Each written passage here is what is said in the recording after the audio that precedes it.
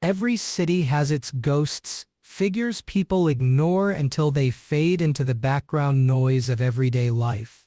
In this city, it was an old woman who sat on the same bench every day near the busy intersection of 6th and Harding. Her gray hair was tangled, her coat more patches than fabric, and her shoes didn't match. But the strangest thing wasn't her appearance. It was what she said. Day after day, rain or shine, she repeated the same line, almost like a mantra. They thought the body disappeared. But I saw it, it had no liver. Some rolled their eyes and muttered that she was crazy. Teenagers laughed and filmed her on their phones for social media, adding captions like "Downtown Zombie Lady." Commuters gave her a wide berth, afraid she might snap or ask for change. To most, she was just another piece of the city's noise, annoying, ignorable, harmless. But Mia didn't look away. She was an intern at a small local newspaper, the kind that still ran on coffee, deadlines, and aging reporters who preferred printed notes over smartphones. Mia had only been there for a month, fetching coffee and rewriting obituaries, but she had ambition in her veins and curiosity in her bones. That morning, Mia had passed the old woman like everyone else. But the phrase struck her differently this time. No liver. It was oddly specific, too specific for nonsense. And the way the woman said it, not frantic, not angry, but certain, sent a chill down Mia's spine. Back at the newsroom, while others typed up city council notes and sports scores, Mia opened her laptop and began to dig. Who was the old woman? Did she have a name? An address? Any records? The city had no official database for crazy old ladies on benches, but after a few calls and a deep dive into a local charity's records, Mia found something, a report from nearly 15 years ago. A woman named Eleanor Wexler, former chief medical examiner, had been dismissed from her post under unclear circumstances. The photo was grainy, but it was her. Same eyes, same sharp jawline, just younger, and clean. Why would a former medical examiner be sleeping on a bench and talking about missing livers? Mia printed the photo and folded it into her notebook. She wasn't sure what she was chasing yet, a human interest piece, a mystery, a tragedy. All she knew was that Eleanor Wexler wasn't just some mad woman, and if the city was wrong about her, what else had they missed? Mia returned to the corner the next day. Eleanor was there as always, staring out into the street with a vacant but oddly focused expression. Mia approached slowly, nervously, unsure of how to begin. "Hi," she said, standing beside the bench. "Can I sit?" Eleanor didn't answer, but she moved her shopping cart of plastic bags aside just enough to make space. Mia sat. She didn't pull out a recorder. She didn't ask any questions yet. She just sat in silence. After 5 minutes, Eleanor spoke first. They didn't want to listen, but the truth always rots its way out. Mia scribbled that down. She didn't know it yet, but she had just cracked open a story that would shake the entire city. The next morning, Mia returned to the same bench with 2 coffees in hand. The city was just waking up. Delivery trucks rumbled down side streets, and pigeons fought over crumbs beneath a flickering street lamp.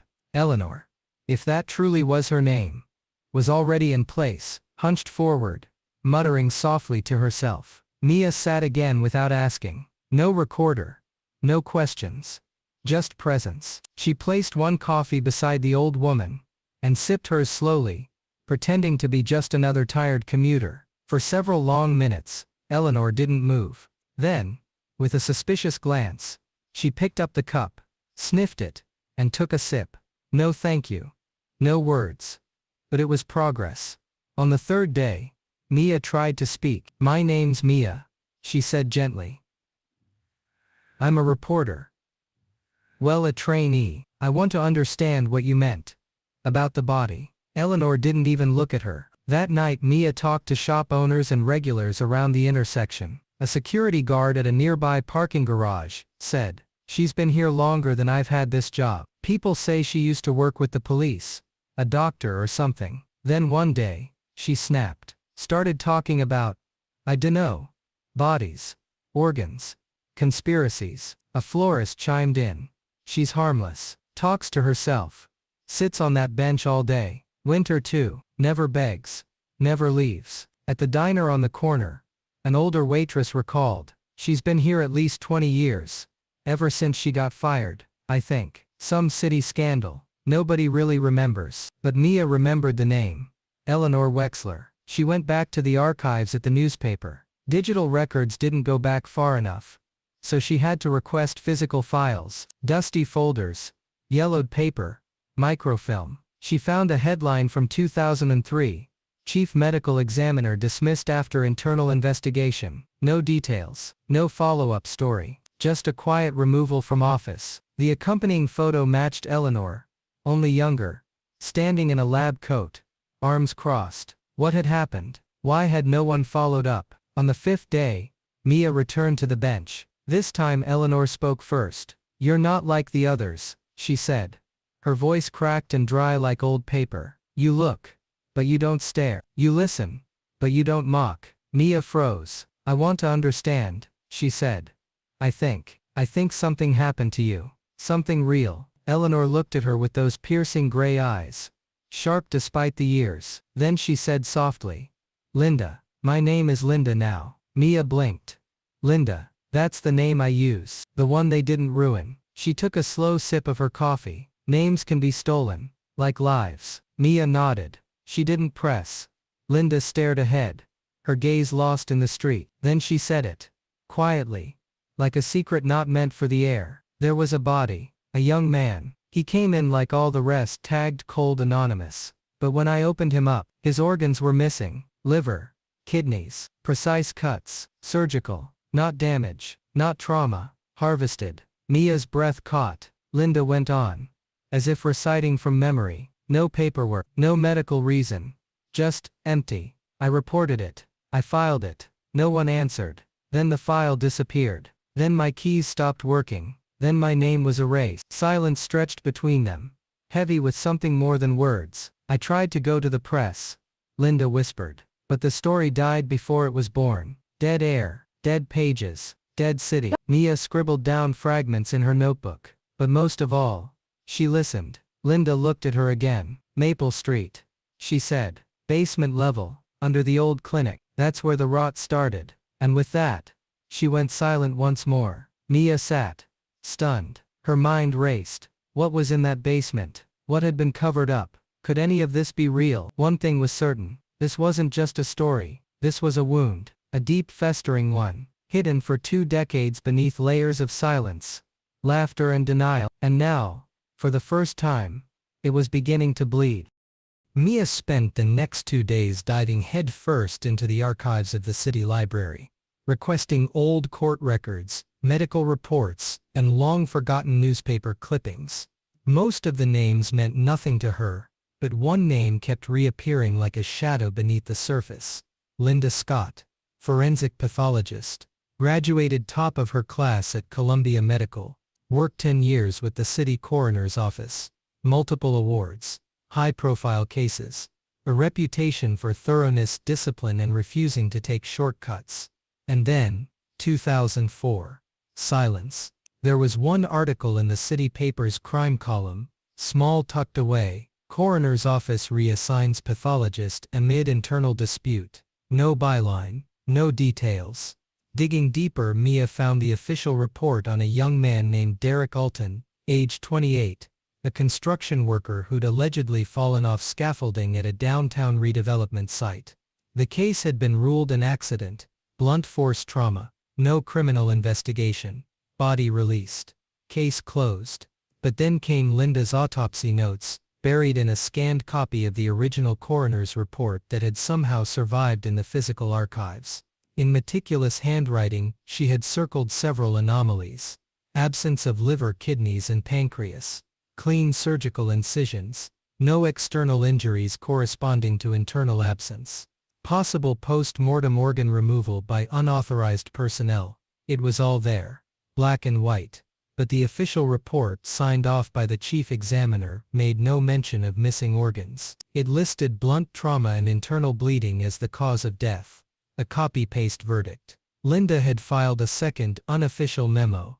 Mia found it stapled inside the archived file folder. It read, "I believe this body was tampered with after arrival. Standard chain of custody protocol was violated. I request an immediate internal investigation into possible organ theft connected to ongoing construction deaths at the Maple District site." There was no response document. Mia could imagine it, Linda sending memos, pushing for a review, demanding answers, and instead of being supported, she was silenced. In another folder, Mia found a city council memo from months later. It mentioned Linda by name. Due to erratic behavior and unsupported claims, Dr. Scott is to be placed on administrative leave until further psychiatric evaluation is completed. There it was. Discredit the source. Erase the problem. The deeper Mia dug, the clearer the pattern became. No press coverage. No lawsuits. No appeals. Just a rapid descent. A note of eviction from her apartment 6 months later.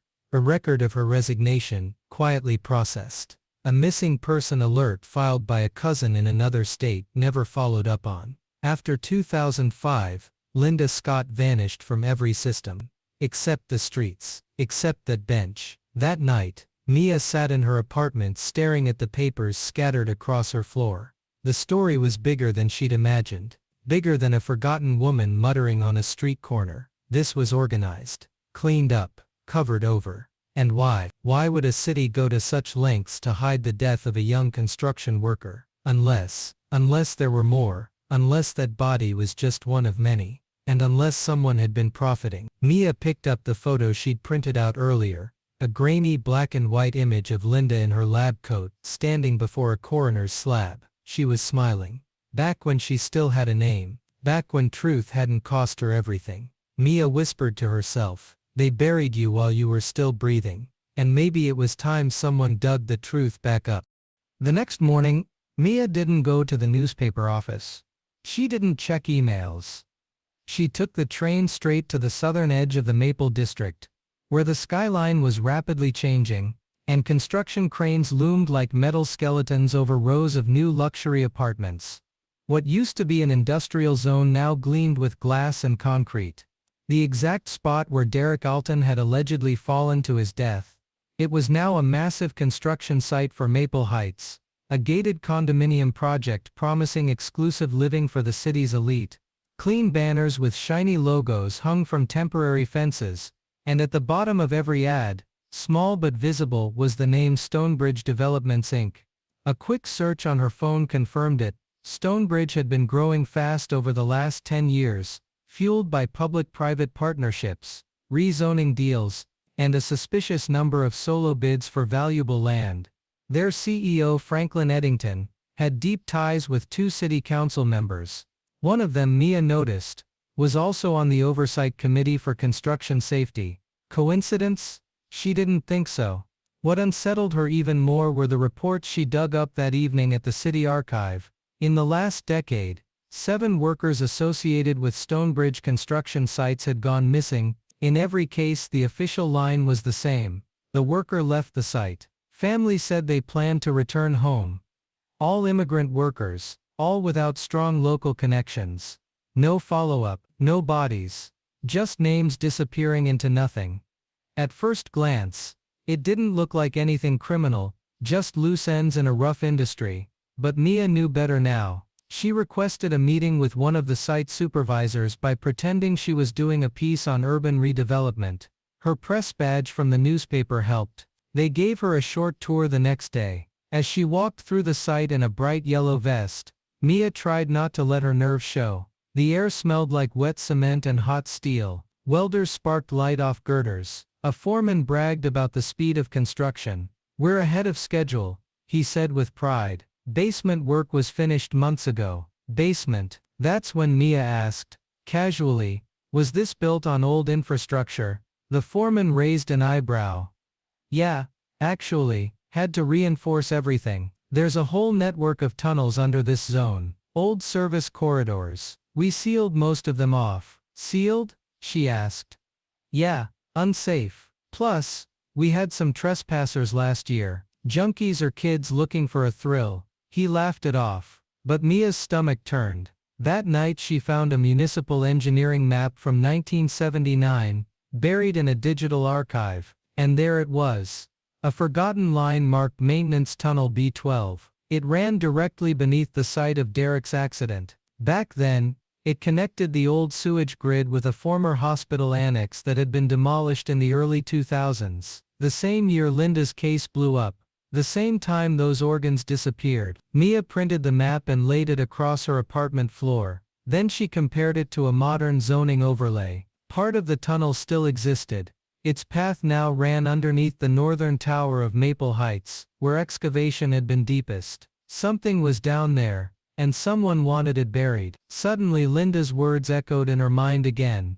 It wasn't just an accident. The body was missing organs. No one wanted to ask why. This wasn't just a woman who'd gone mad from grief. This was a whistleblower, who'd been buried along with the evidence. And now the machine that tried to erase her, Stonebridge, the city, the silence was still running, still hiding, still building. But Mia wasn't going to stop. Not now. She had a tunnel to find, and maybe, just maybe, a few ghosts to unearth.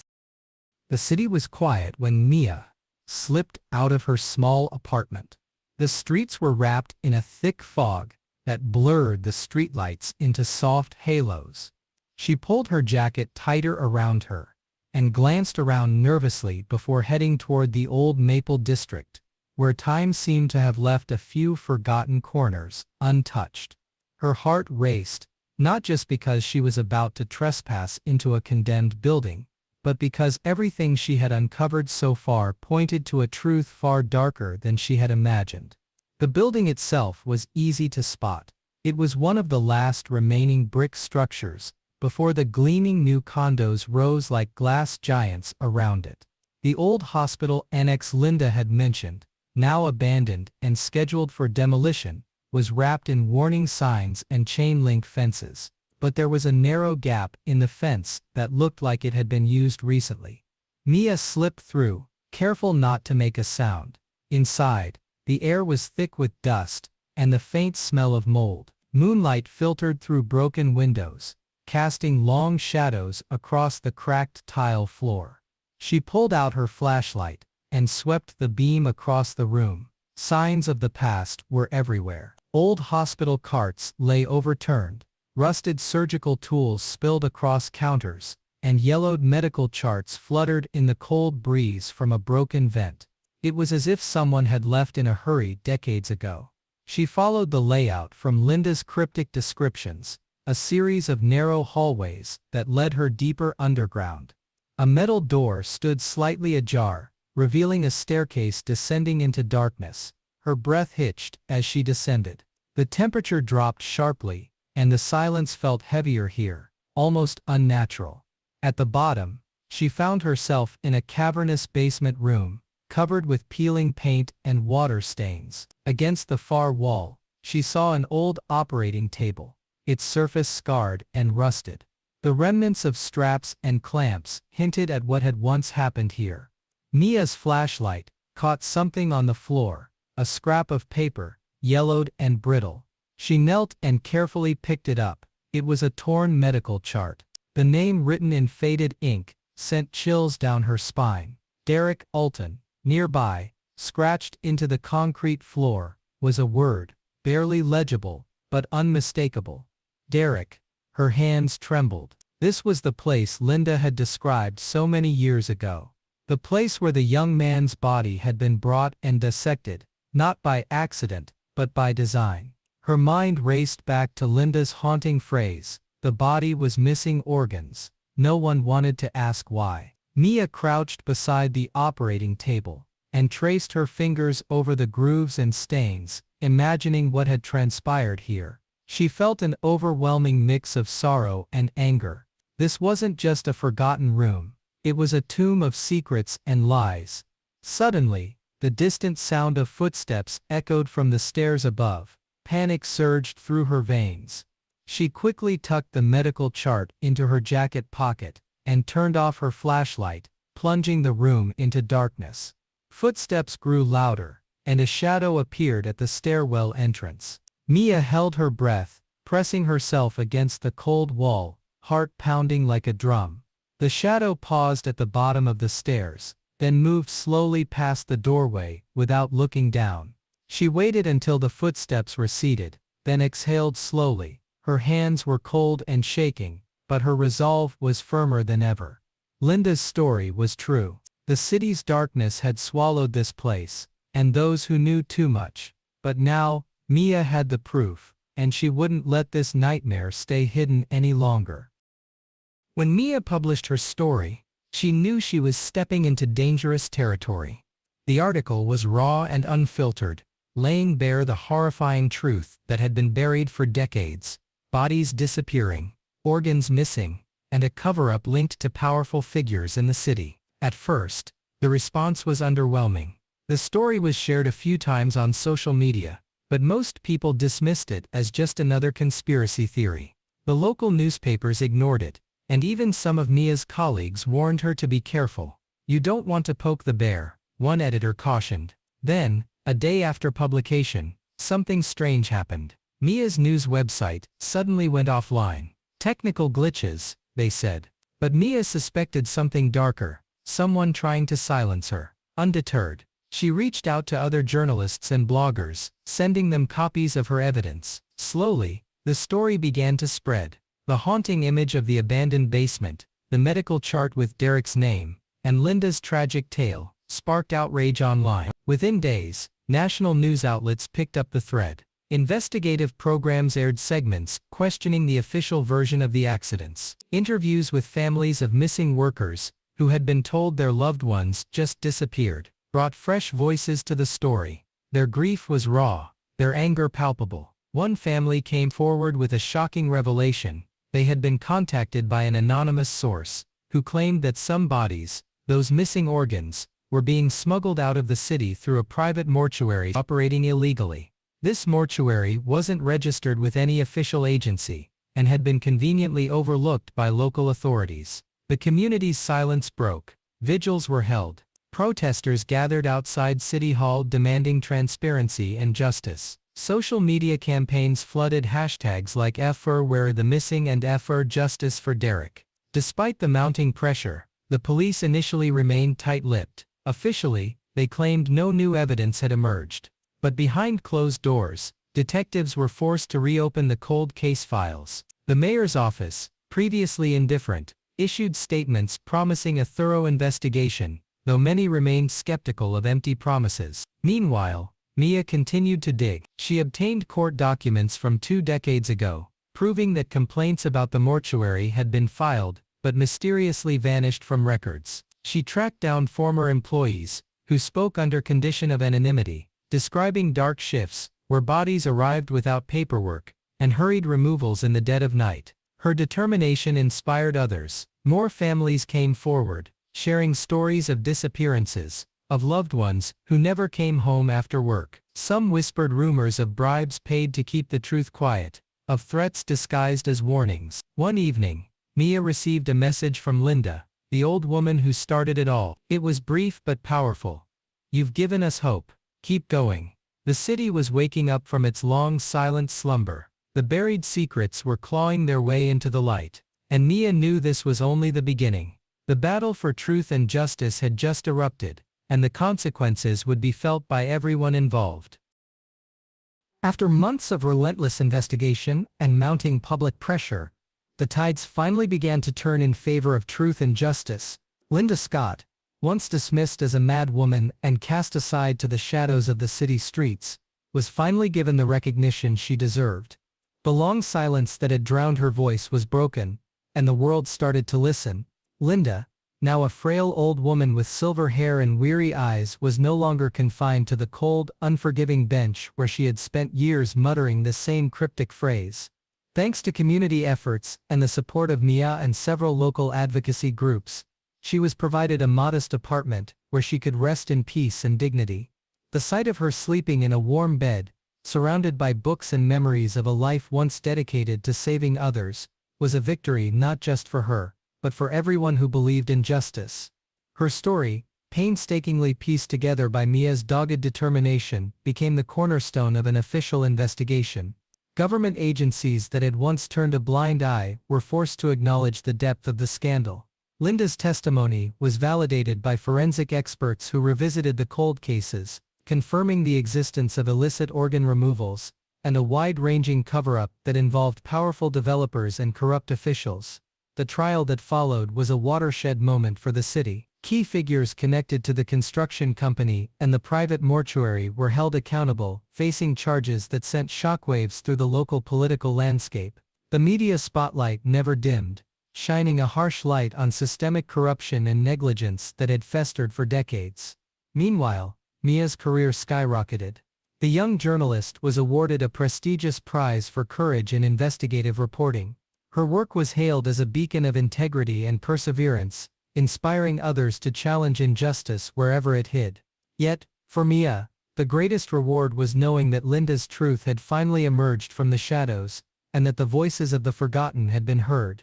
In a symbolic gesture of reconciliation and remembrance, the city council commissioned a memorial on the very corner where Linda had sat for years, dismissed and ridiculed. A simple bench was installed, engraved with the words, "Here sat the woman who knew the truth before anyone else."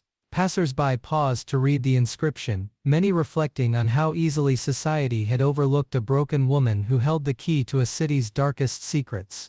The bench became a quiet place of tribute and contemplation, reminding everyone that sometimes, the greatest truths come from the most unexpected places. Linda's story was no longer just hers, it belonged to the city, to the families of the disappeared, and to all those who fight to bring light to hidden injustices. As the sun set over the skyline, casting long shadows on the newly built towers, there was a renewed sense of hope. The city, once blind to its own wounds, was beginning to heal. The silence that had protected corruption was shattered, replaced by a chorus demanding accountability and change. Linda and Mia, two women from different worlds, had together rewritten a chapter of the city's history. It was a story of pain, resilience, and ultimately redemption. A testament to the power of truth and the unyielding spirit of those who dare to speak it. The city would never forget, and neither would its people.